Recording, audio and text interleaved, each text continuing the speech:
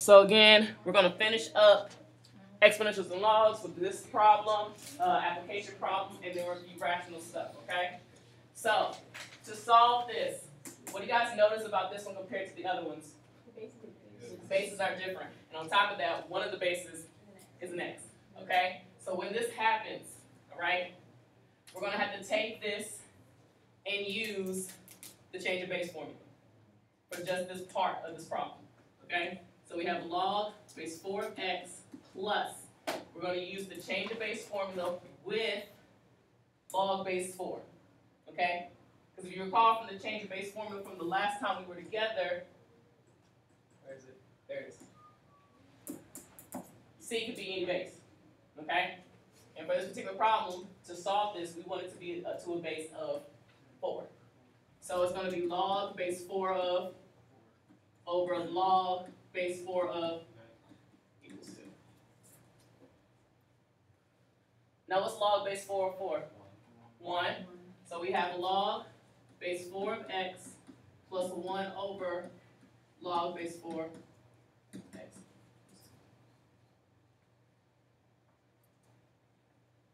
Okay? Now I have the same basis, but now I have a log in a denominator. How do I get it out of the denominator? Multiply what? What am I multiplying by the log 4 of x? The 2 and this one over here. So technically everything, right? So I'm trying to get it out of the denominator. So when I do that, this basically turns into a 1. This is going to turn into what? Log 4x squared equals 2 log of 4x.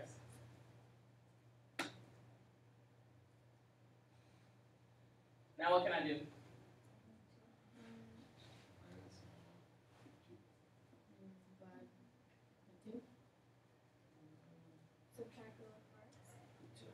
Put the two in the back.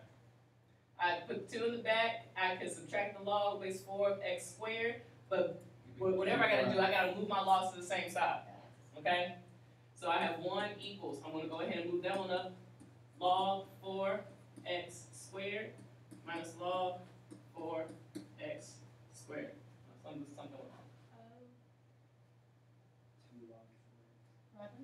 You missed it too. On the first one, you missed it. She put it back. she moved it. Okay, wait a minute. Okay. Alright, so let's back it up. Right here. So we're good up to here. Okay? Now, what we would want to do, we wouldn't want to move this one over. Okay? What we would want to do is get it all to one side. Okay? So log base 4 of x squared minus 2 log base 4 of x plus 1 equals 0. Why do we do that? Because this actually is a quadratic. If we did it the other way, yes, our logs and everything would have canceled out, and that's not what we would have wanted there. Because then we have 0 equals 1 and there's no solution, but there is a solution here. Okay? Now, can you guys see that quadratic? Yes. Yep. What is our quadratic here? X X squared minus 2x plus 1.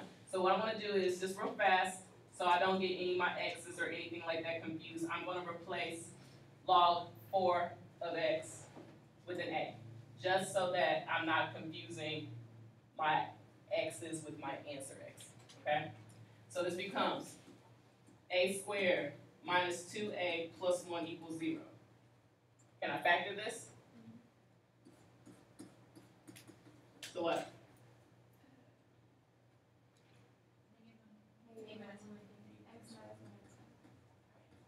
Okay. So when I solve this, I'll get a equals, careful, positive 1. So technically, it is log base 4 of x equals 1. So what is x going to be? 4. And you know that because you can write it in exponential form. And that's how you get it. And that's our answer. Okay? Now on to part B. No. There's only be one. So, what they show us is This would be like an do, 8-point college. This would be like part B.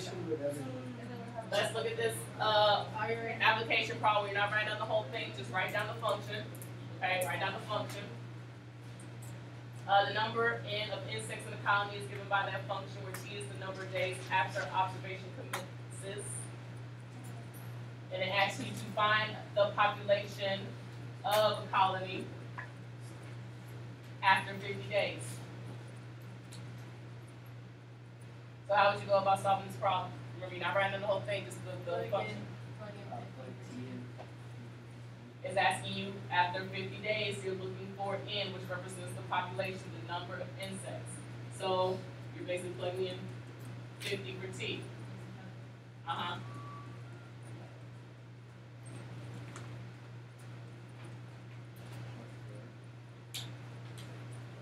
Gotta get confirmation.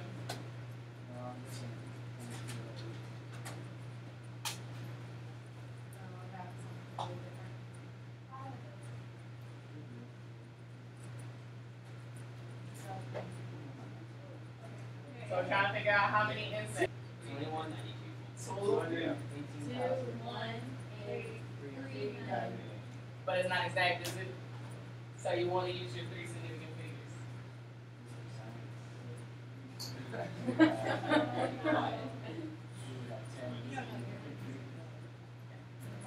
Then it asks, how long does it take the population to double from when the observation first commenced?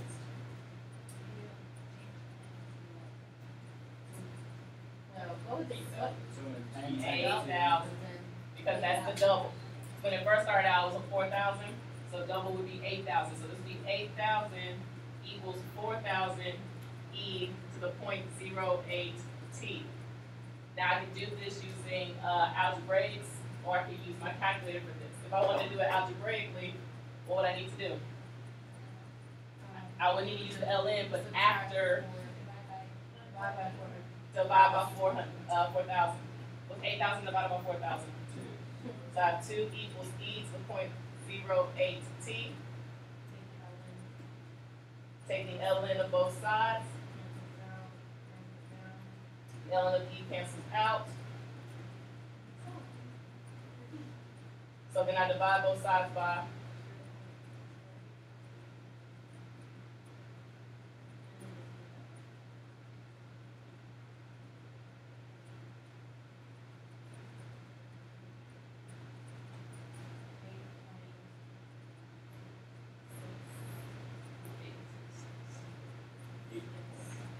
8.66 days.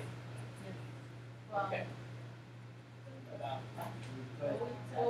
yeah, it's like 8 days or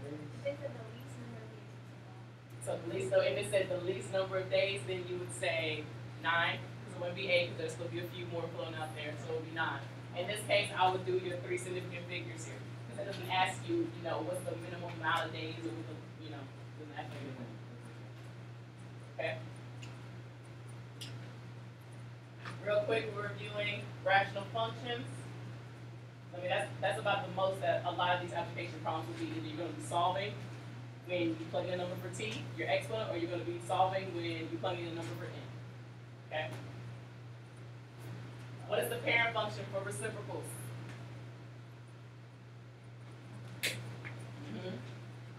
Also familiar with your rational, very the exact same as your rationals.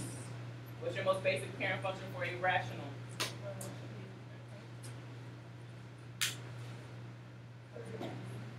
No, that's a quadratic. That would be the square root function. Is that Plus fraction? 1. It is a fraction. 1 over x. That is your parent function. Okay?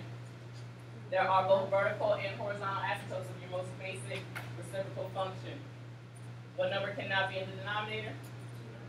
So that means that x equals 0 is your vertical asymptote. And then there's one more, there's a horizontal one. Y equals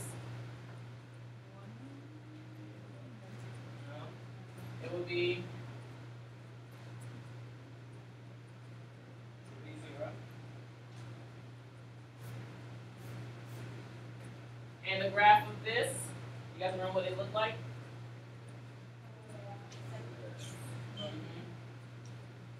These are called,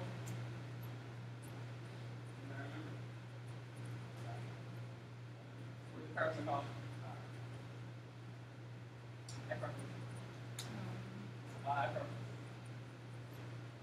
What's the domain of this?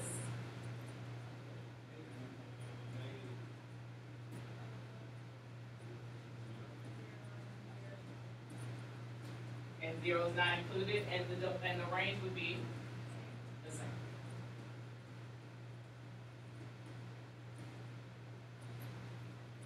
Okay, that's your most basic parent function, your most basic reciprocal function. The most popular reciprocal function are your rational functions, which we've gone over.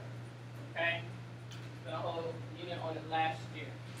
It has the same features, vertical asymptote, which is wherever the denominator equals 0. So it won't always be 0, because if you have a 1 over x plus 3, then your vertical asymptote is not going to be a 0, it's going to be at x equals negative 3, the value that's going to make 0 in your denominator.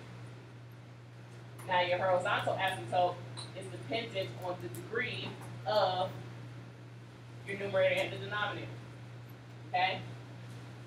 So every rational function is basically set up as two separate functions. A function on the top and a completely different function on the bottom. That's what makes a rational function, more specifically.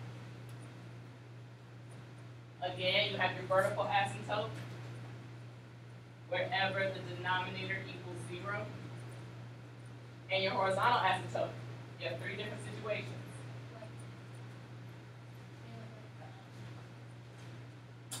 So you gotta look at the, what they call it.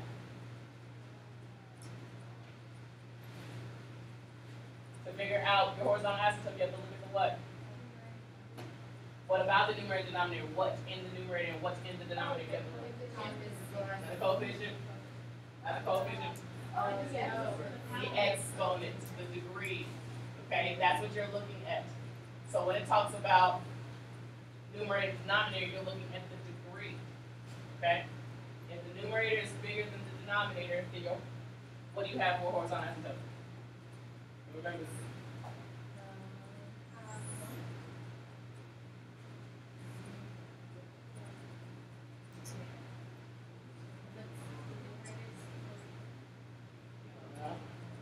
There is none. The numerator is bigger, so that would be like x squared plus 3 over x minus 1. This would be an example where there wouldn't be a horizontal asymptote. You would actually have a slant asymptote, which we don't have to worry about covering in this class. When they're equal, when the numerator and denominator are equal, it'll be 1 in this situation, but it won't always be 1. It is the coefficients. So it is the coefficients of the numerator and denominator.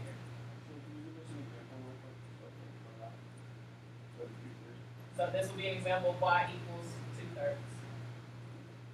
And lastly, if the numerator is less than the denominator, then it is 0. Just like your reciprocal function, your parent reciprocal function, the denominator was bigger than the numerator, so it was 0. Okay? So do not forget these. Wherever the denominator is equal to 0. So in this particular situation where I have if I take away the 3, what it was before, I'll have x squared minus 1 equals 0. I will factor this since it's quadratic. So in that example, I'll actually have two vertical asymptotes. One at -1 and one at +1. That's if I took away the coefficients. Okay? So do not forget about those as well. Questions? Let's do another example real quick. No, you don't have to write this down. Let's talk about this one. And remember, I am putting this video up, okay, so if you do want to go back through and copy this down in your notes, you can do see that through the video. It says Young's rule is a way of calculating doses of medicine for children over the age of 2, based on the adult dose. Take the age of the child in years and divide by their age plus 12. Multiply this number by the adult dose. This is modeled by the function C equals A times T over T plus 12, where C is the child dose, A is the adult dose in milligrams, and T is the age of the child in years.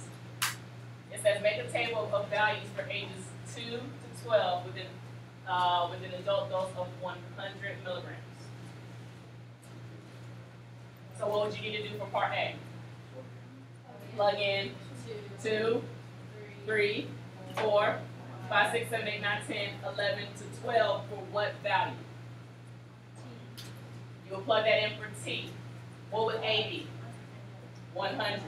So you're physically making a table where X is the age, or T is the ages, and C is the child dose. And it says use your values from A to draw a graph of the function. This would look like a what? What would this look like? It will look like a reciprocal function with your 2 branches. Okay? Just think about it. For this particular example, we have 100t over t plus 12.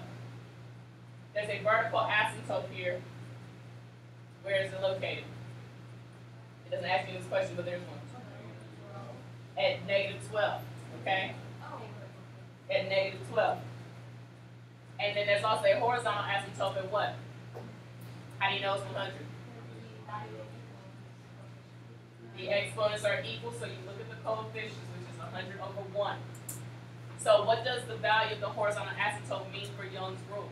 If the horizontal asymptote is located at 100, what does that mean? Before you go, what does it mean? If the horizontal asymptote is 100, then what does that mean for the Young's rule?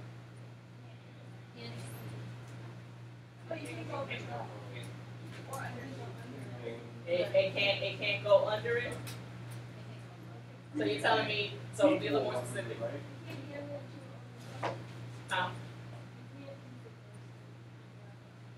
You could not use a dose just under 100 milligrams, because that is your restriction. It'll be everything above.